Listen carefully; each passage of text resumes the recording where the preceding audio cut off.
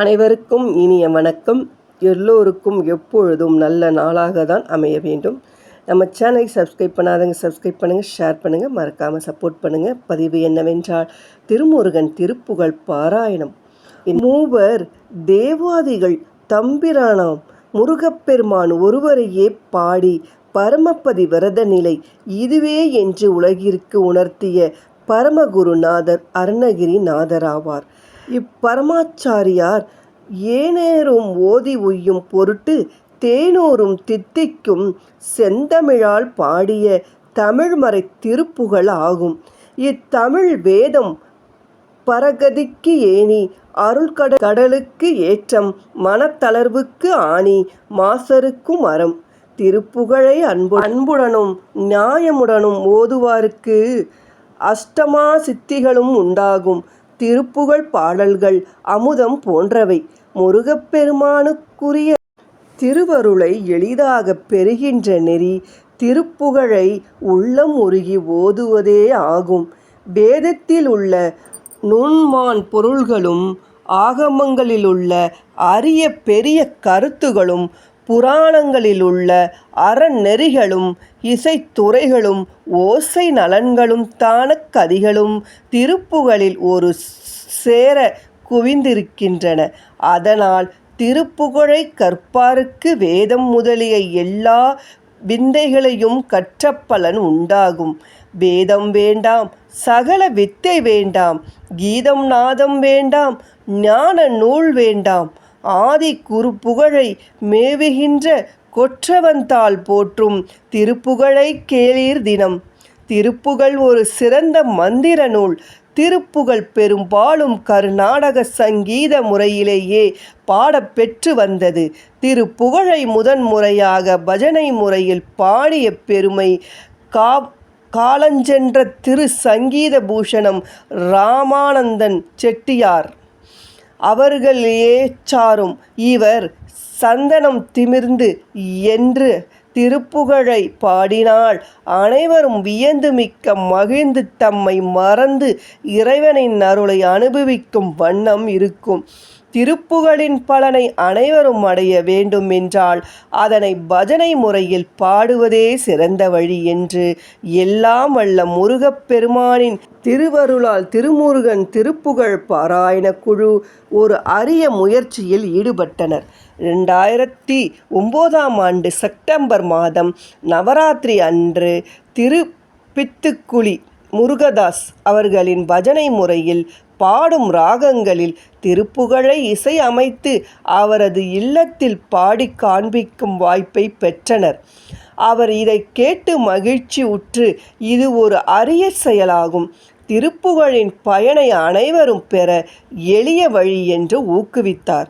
அவரது உந்தலின் பேரில் திருவொற்றியூரைச் சேர்ந்த காரைக்குடி செக்காலை பொறியாளர் திரு சுப்பிரமணியன் அவர்களும் அவரது புதல்வர் ஆடிட்டர் திரு சூப்பா மெய்யப்பன் அவர்களும் எல்லோரும் பாடக்கூடிய ராகங்களில் 108 திருப்புகழை கோட்டையூரைச் சேர்ந்த காலஞ்சென்ற திரு சிதம்பர சம்பந்தம் செட்டியார் அவர்களுடைய உதவியாலும் இசையமைத்து தொகுத்தனர். 2009 அக்டோபர் மாதம் விநாயகர் சதுர்த்தி அன்று ஆடிட்டர் திரு சூப்பா மெய்யப்பன் அவர்களுடைய இல்லத்தில் திருமுருகன் திருப்புகழ் பாராயண குழு 108 ஏக தின திருப்புகழ் பாராயணத்தை சென்னையில் முதலில் தொடங்கினர். சுமார் 4 மணி நேரத்தில் 108 திருப்புகழையும் இந்த பாராயணத்தில் பாடி வருகின்றனர். திருப்புகழ் திலகம் திரு மதிவண்ணன் அவர்கள் முதலில் திருப்புகழ் பாராயணத்திற்கு வந்திருந்த பொழுது இதை மிகவும் பாராட்டி இப்பணி சிறக்க வாழ்த்தினார். சென்னையில் மாதம் ஒரு முறை ஒரு கோவிலோ அல்லது அன்பர்களின் இல்லங்களிலோ இந்த பாராயணத்தை பாடி வருகின்றனர். இதுவரை இந்த பாராயணத்தை சிறுவாபுரி, வல்லக்கோட்டை, திருப்போரூர், வடபழனி, பெசன்ட் நகர், ஆறுபடை வீடு முருகன் கோயில், பாம்பன் சுவாமிகள் கோயில் உள்ளிட்ட பல கோயில்களில் பாடியுள்ளார். இவ்வாறு ஏகதின திருப்புகழ் பாராயணம் பாடப்பெற்ற அன்பர்களின் இல்லங்களில் பல நன்மைகள் நடைபெற பெற்றிருக்கின்றன. திருமணமாகாதவர்களுக்கு திருமணம் நடந்திருக்கிறது. பல ஆண்டுகளாக மகப்பேறு பெற வேண்டியவர்கள் மகப்பேறு பெற்றிருக்கின்றனர். நல்ல கல்லூரியில் இடம் கிடைத்து மேற்படிப்பெற விரும்பியவர்கள் வெற்றி அடைந்திருக்கின்றனர். இந்த திருமுக பெருமானின் திருவருளே ஆகும். கண்கூடாக கண்ட உண்மை. திருமுருகன் திருப்புகழ் பாராயண குழு சென்னை திருவொற்றூரை தலைமை மையமாக கொண்டு பொறியாளர் திரு சுப்பிரமணியன் அவர்களின் புதல்வன் திரு சூப்பா அண்ணாமலை அவர்களுடைய தலைமையில் திருப்புகழை பாடி பரவுகின்றனர். மேலும் இவ்வகையான திருப்புகழ் ஏக தின பாராயணம் மாதம் ஒரு முறை குழுவின் அன்பர்களினால் இந்தியாவில் உள்ள புது டில்லி, ஓசூர், பெங்களூர், கொல்கத்தா போன்ற நகரங்களிலும், அமெரிக்கா, ஐக்கிய அரபு நாடு, துபாய் போன்ற வெளிநாடுகளிலும் திருமுருகப் பெருமானின் திருமுகப் பருளால் பாடப்பெற்றிருக்கிறது. 100க்கும் மேற்பட்ட பாராயணங்கள் இதுவரை பாடப்பெற்றிருக்கின்றன. திருப்புகழ் மாமணி திருமதி வசுமதி ஜெயசீலன் அவர்களின் உதவியையும் போற்றுதலுக்கு உரியது. இவ்வாறாக பல இடங்களில் திருப்புகழின் முதல் தொகுப்பை பாடி வந்த நிலையில் தற்போது திருப்புகழ் 108 மணி மாலையின் 2வது தொகுப்பை காரைக்குடி திரு சுப்பிரமணியன் அவர்களின் பேத்தியும் தேவக்கோட்டை திரு கரு வெங்கடாச்சலம் அவர்களின் மகள் வழி பேத்தியும் ஆடிட்டர் மெய்யப்பன் மற்றும் அலமேலு மெய்யப்பன் அவர்களின் புதவியுமான செல்வி ராமணி மெய்யம்மை 12/8/2008 அன்று சென்னை தியாகராஜர் நகரில் உள்ள அலமேலு மங்கா கல்யாண மண்டபத்தில் சிறப்பாக பாடியுள்ளார். அவர்களுக்கு துணையாக அவருடைய சகோதரன் செல்வன் சுப்பிரமணியன் என்கிற சண்முகா வாசித்தார். மேற்கூறிய இவ்விழா பொந்தளி கவிஞர் கைலை மாமணி சோ. சுந்தரம் அவர்களின் தலைமையில் திருப்புகழ் திலகம் திரு மதிவண்ணன் அவர்களின் முன்னிலையில் சிறப்பாக நடைபெற்றது.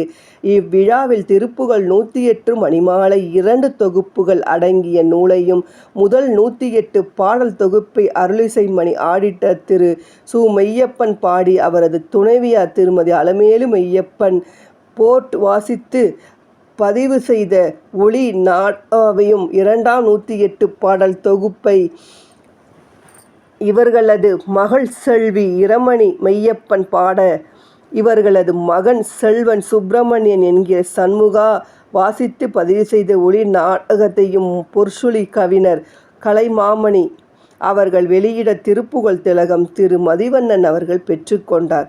குருவாலும் திருவருளாலும் இவ்விழா இனிதே நடைபெற்றது. திருப்புகழை பொருளுணர்ந்து பாடுவது மாபெரும் செயலாகும். இறைவனை கலியுகத்தில் நாமாவளியின் மூலம் பக்தி செய்து அடையலாம். இதற்கு இந்த திருப்புகழ் பாராயணம் மிகவும் துணையாக இருக்கும்.